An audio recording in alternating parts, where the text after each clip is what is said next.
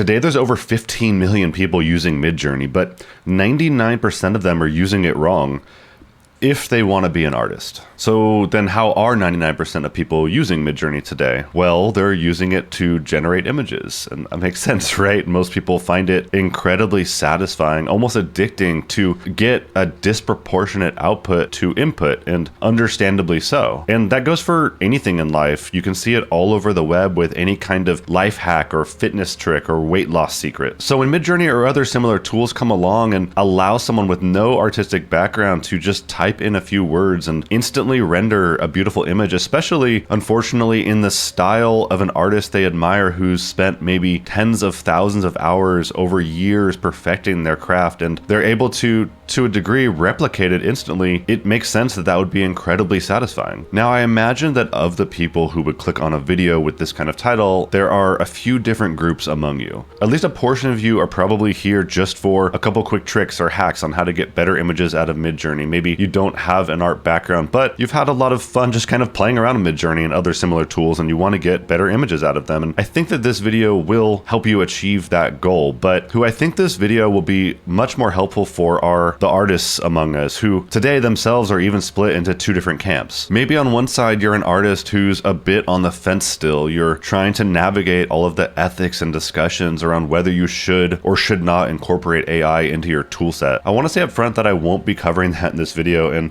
to a large degree won't be covering that at all on this channel. I really want to keep the content focused more objectively on covering the news and giving reviews of my first impressions of the new tech releasing that might have a chance of shaping the future of our industry. But for those of you interested, I do touch on it just very briefly as a creative director who's been in the industry for 8 years and has recently spent 18 months and over $15,000 in game art education. I do give just a little bit of sort of my mindset towards it in this video here. So if you're interested, you can check that out. But if you're in that other group of artists or art students who has decided that you do want to practically start integrating something like Midjourney into your workflow to help you create better art faster, then I think this video will have the most benefit to you because, like I said in the title, I'll be covering two features that Midjourney has built in that most people just focused on generating images completely overlook. If you're serious about art or leveling up your skills as an artist, being able to articulate and communicate your taste is a crucial foundational skill to master. Just as with anything in life, the less serious you are about something, or maybe the less it directly relates to your profession, I think the more you can get away with just casually understanding it. For example, with beer or maybe wine, I think outside of brands that we like, I think a lot of people are like me in that we just kind of know what we like after we taste it. I think if you put me on the spot, I couldn't really communicate to a waiter what I want other than just sort of general broad strokes. Now, as a bit of a counterpoint to that, I think that is kind of what AI has introduced. I think you can just type in sort of generally what you want and it will give you something back that is at least similar to the direction you were thinking, which you can then iterate on. And this ability to have accidental discoveries early in the creative process is really beneficial for artists. But like I talk about in that same video I mentioned before, link again for those who missed it, time is one of the most precious resources we all have. We're always trying to figure out ways to get to a destination faster, and this has even been the case with AI despite it being near instant. I can't even count the number of messages I get on Instagram just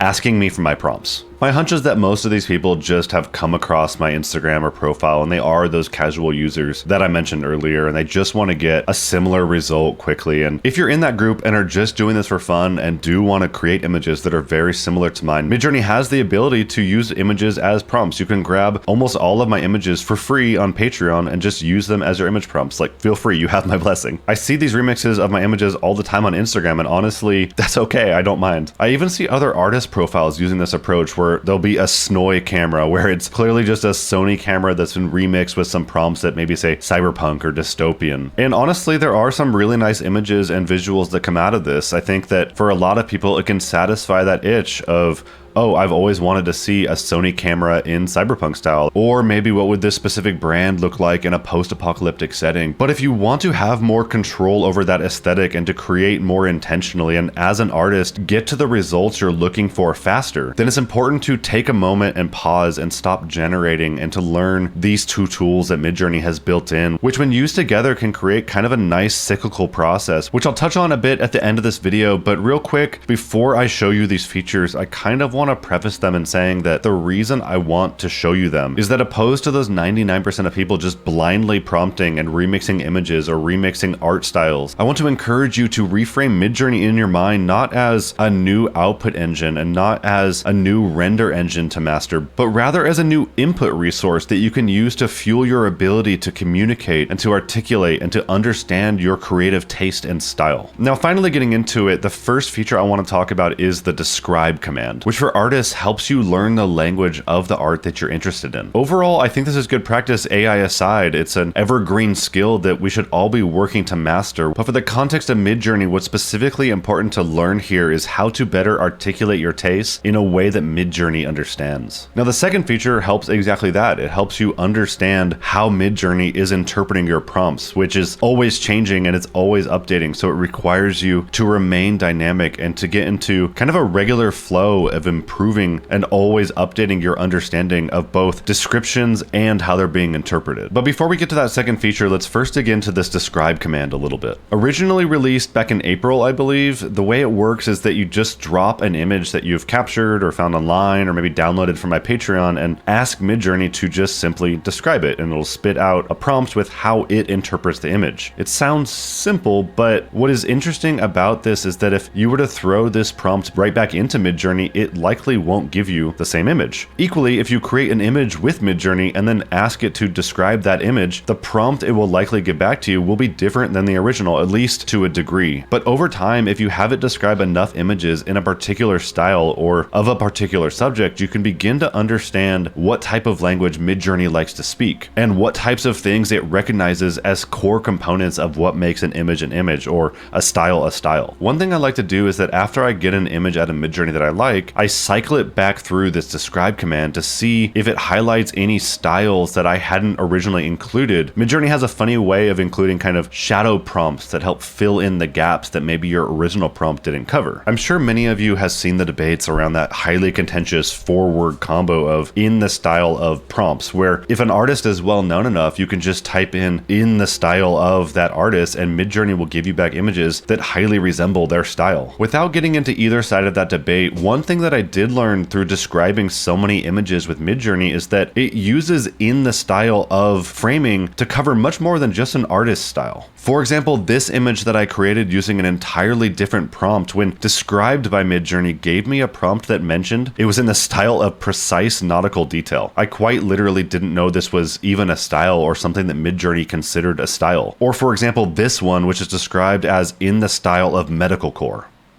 Maybe surprisingly, after discovering them, I've reused both of these in the style of commands quite a bit when I've been trying to nail down a particular subject, where before I struggled quite a bit because I wasn't programmed to think in this way. What I naturally referred to as maybe a subject or a pattern or a rhythm, Midjourney, it turns out, describes it as a style. As I've continued to come across the new styles using this describe command, I either do one of two things with them. And these do require a bit of discipline, but I promise you, over a period of weeks or months, this tends to pay off huge when it comes to productivity levels and your ability to get what you want out of Midjourney faster. The first is really simple in that I catalog all of my describe findings into a master cheat sheet that I keep in Notion, and I highly recommend you do this too, since Midjourney has a way of burying things, and I've noticed for some reason these describe commands in Discord just kind of disappear after a day or two as opposed to your generations. Or the second thing I do outside of cataloging is that if I get interesting styles back that maybe I'd heard of but never really fully understood, I'll feed them into ChatGPT and ask it to give me back adjacent styles or in-depth breakdowns of whatever that style represents. For example, I remember when I first started doing this process, one of the describes it gave back to me was neo-futurism. Now, I had heard of this style, but out of curiosity, I fed it into ChatGPT and asked it for similar styles, which led me down a rabbit hole of sci-fi subgenres like retrotronics and raygun gothic and a number of other lesser-known derivatives, which quite honestly today help to define some of my most popular Instagram posts, and of course have also made it into that master cheat sheet. The second feature I alluded to earlier was just released back in June, I believe, and is called the shorten command, and it lets you type in a full prompt filled with keywords around a subject and scene and render quality or anything really that you can imagine, and it takes that prompt and breaks it down and spits back out for shorter subsets of combinations of that larger prompt. This is not only a great way to get variety out of a prompt, but it lets you type in kind of stream of consciousness style all of the words that come to mind when you you picture that image in your head. This is actually an excellent way to get started with Midjourney. I think it's maybe one of the most common pieces of advice I give on Instagram for people who are reaching out asking me for how to get started, is that you can simply go on Midjourney's website. They have a public gallery where all of the prompts are public for you to view, so you can search through and find images that you like and fit the style that you want to create, and copy and paste all of those prompts into one master prompt, and then feed it into this shorten command, and it'll give you back combinations and shortened derivatives of that larger prompt. And if you want to dig in a bit further, you can also expand the results which it gives back to you, which has a breakdown of the words that is placed the most emphasis on in your prompt, which you can then use to dial up or down the various components using weights, which Midjourney does a good job of covering in the documentation, which I've linked in the description of the video. Even if you aren't wanting to start manually tweaking those weights, I think it's really interesting to see the breakdowns of what Midjourney tends to place emphasis on naturally, so that in the future when you're building out new prompts, you can make sure to include or to avoid words that Midjourney naturally favors. To kind of bring this full circle for a second, like I promised at the beginning of the video, as you generate these shortened prompts with or without the adjusted weights and then feed them back into the describe command, it kind of becomes a nice cyclical process of creation, where you first prompt and generate and then describe and then shorten and prompt and generate and describe. And if you're being diligent with that master cheat sheet, you'll notice that over time you're able to get to the results you're looking for faster and faster. But throughout this process of creating, I think it's really important that we keep in mind as artists that Midjourney could really not be named more perfectly. As it is today, I think it's a beautiful midway point in our journey of creation between an idea and the eventual art that we want to create. Now that anyone, including casual users with no art background, can now create a beautifully rendered image with just a few words, it's up to us as artists to take this to the next level. To start thinking of Midjourney renders as references and as a way to understand our tastes and as a new form of early ideation and as a tool for learning more about how to communicate and articulate the styles and aesthetics that speak to us. As opposed to the other video that I released today, which I mentioned a few times throughout this one, which goes into great length and over 30 minutes covers my overall perspective of AI and my mindset when I first started incorporating it into my workflows as a creative director of 8 years experience and somebody who's just spent a ton of time and energy and $15,000 investing in game art education. I've tried to keep this one a bit more brief, and if you do want to hear more about that perspective, I recommend that video. Here's the link one more time, but I'd love to hear your thoughts on which type of content you find more helpful. If you're just looking for more videos, maybe like this one, which are kind of quick tutorials or reviews, or maybe just the news on the latest tech that's dropping that might have a chance of shaping the future of our industry, or maybe you do prefer those deep dives into process and mindset. But either way, I hope you found this helpful, and if you did, make sure you hit subscribe so you can find your way back. I'm an entirely new channel with only 2 videos, so I doubt YouTube will recommend my future videos. So if you did find this helpful, make sure you hit subscribe, and until then, thank you for being here, and I'll see you in the next one.